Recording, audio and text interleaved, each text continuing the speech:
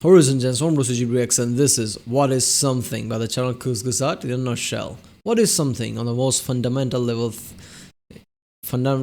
thinkable? What are things? Why are things? And why do things behave the way they do?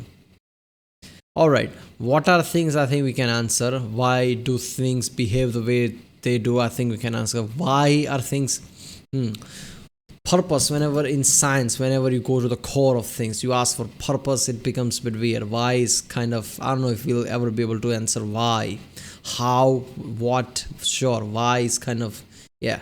So why is there a gravity? I mean, that's like, how you gonna answer that? What is a gravity? How it works? What is the property of gravity? Sure. Or why is there gravity at all? Why is there something rather than nothing? These are some strong questions that I don't know if we'll ever be able to answer. I guess, I don't know. So yeah, what is something at the fundamental level? So I guess, everything that we see is, I guess, a rarity, because most matter in the world has antimatter. So those things, I guess, destroy each other. Very few matter doesn't have antimatter, which is everything we can see. So we are kind of a rarity in that sense. So basically there are certain amount of particles, and combination of those particles with laws of physics makes up everything that we see. Different combination make different things, and those are the things, I guess. I don't know how else to say it. But obviously Kurzgesagt will tell us in detail, so it's gonna be fun. I already quite a few Kurzgesagt videos already. If you haven't seen them, check out the cards. There's a playlist uploaded for it, Kurzgesagt reaction, something like that. I upload lots of videos in 24 hours, so people don't get notification of lots of my videos. So check out the playlist. You might have missed some of them. Check out the playlist too, like CGP Grey, Old Sarcastic Production, Internet Historian, TS Zoo. And yeah, let's do this one. The simple questions are the hardest ones to answer. What is a thing? Why do things happen? And why do they happen the way they do? Let's try to approach this step by step. What are you made of? You are...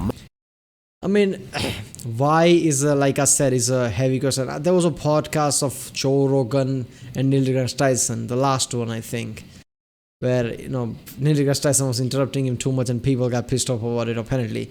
But, Joe Rogan just asked that, I still don't understand gravity. And, Neil Tyson, I don't know if he was tired or not, he just took it as why is gravity or something like that. And his answer was, I think, not his best answer. I think he was tired at the time or something.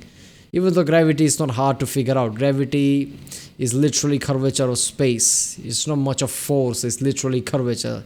Like a bad shit example works great here. So how does that work? I still don't understand. That's not the question. We understand how gravity works. I mean, there could be modification of things, but I think we understand the basics of gravity. It's just curvature of space. That's it. So, but why is kind of, like I said, a strong thing. Like, why is gravity? Why is there rather than, why is everything here rather than not being here? I don't know. Why is there something rather than nothing? That's why is strong. I don't think why is answerable. What and how we can answer. Matter, which is made of molecules, which are made of atoms, and those are made of elementary particles. But if elementary particles are the smallest things that exist, what are they made of?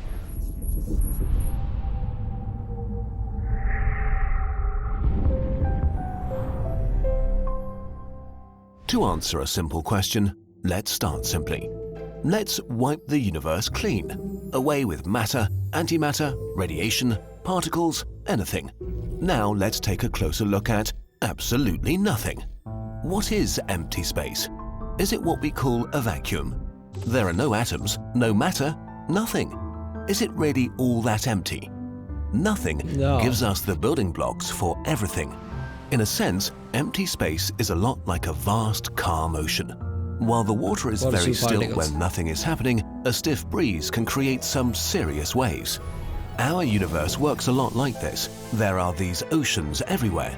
Physicists call them fields. This might be strange and new, but think about radiation, for example. By exciting what's known as the electromagnetic field, a little kink is created, which is the particle we call the photon, the particle that carries radiation. We perceive it as light. This isn't unique to light. Every particle in the universe is made this way.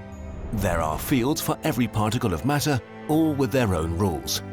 For example, along with the electromagnetic field, there is an electron field everywhere in the universe, and little kinks in that field are electrons. Altogether, the fields of our universe can produce 17 particles, which can be divided into 3 categories: the leptons, and the quarks, and the bosons. Leptons consist of the electron as well as its cousins muon and tau particles. Each has an associated neutrino. Then there are quarks. The quarks are the nuclear family of particles. They're always found bound together in groups and pairs and make up protons and neutrons, which make up the nuclei of atoms. Together, the leptons and quarks are the matter particles. They make up all the things you see: the air you breathe, the sun that warms you, the computer you're using right now to distract yourself from the stuff you should be doing. But things don't just like watching some science channel on YouTube rather than thinking about your mortgage, I guess. Exist, they also do stuff. In some philosophical sense, the properties of a thing are just as much a part of it as existence itself. This is where the bosons and the fields that make them come into play. While the quarks and leptons are made by matter fields, the bosons are made by force fields. We call a rule of the universe a force, and so far 4 fundamental forces have been discovered.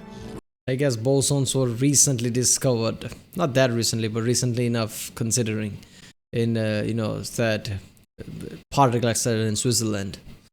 So yeah, I think it was people already know that it was there. They just needed a proof.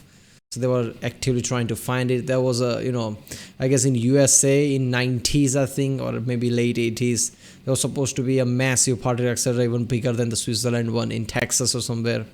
But funding got cut off. So then later on, after a few years in Switzerland, this boson was founded. If the funding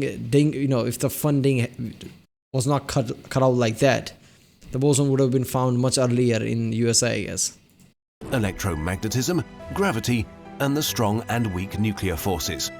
These forces are the rulebook of a game where the pieces are particles and the game is the universe. They tell particles what they can do and how they can do it. Bishops move diagonally, massless particles move at the speed of light, knights can jump, gravity attracts. I mean, that is true, isn't it? I mean, it's all just, all these 4 forces and particles, combination of those makes all the things that we know, basically. The forces are the rules for how particles interact, which ultimately make them the rules for how particles assemble into all the big things we see in the universe. Gravity isn't just the rule for orbits around the sun or apples falling from trees. As a rule, it says matter attracts, which builds planets and stars. Electromagnetism isn't just a rule for magnets attracting or repelling or electric currents in light bulbs. It governs all atomic bonds, building every molecule. Together, forces and particles are sort of like the tinker toys of existence. The bosons are like messengers, passed between, you could say, connecting the matter particles, which they use to tell each other how to move. Yeah. Each particle uses a certain set of the forces to interact with other particles. Quarks, for example, can interact with each other with electromagnetism and the strong nuclear force, but electrons don't use the strong force, just electromagnetism. The quarks exchange strong force bosons, communicating the strong nuclear attraction to each other, while the protons they build exchange particles of electromagnetism, photons, with the electrons. Thus, the quarks end up locked up in nuclei, while the electrons remain attached by their electric attraction, building atoms. Even though the universe has lots of big messy phenomena like life, supernova and computers that seem complex on the surface, if you zoom in far enough on anything, you just get 17 particles emerging from underlying fields playing a game with 4 rules. Yeah. To summarize, in the most basic form we know right now, this is what things are. Yeah, I mean, that is something, isn't it? That is the simplest way you can answer everything there is. Particles and 4 forces and laws of physics in that sense. Combination of those things is everything, I guess. And the recent discovery of boson kind of completed that. Boson gives mass to basic things. So, yeah, we know the fundamentals now. This theory is what physicists call the standard model of particle physics. You are basically nothing more than disturbances on an ocean that's excited by energy and guided by forces that make up the rules of the universe. But why? And what is a force? We'll have to explore a few more simple questions to get to the bottom of this. We made some wallpapers from some of the graphics in this Wait a minute, he's gonna make videos on why are things. I have to watch that one, because how you gonna answer why? Alright. That was a great video. What is something? Alright people, if you like my reaction, don't forget to subscribe, check out the reaction, there's a link in the description, check out the cast play, check out the end cards, and I'll see you next time.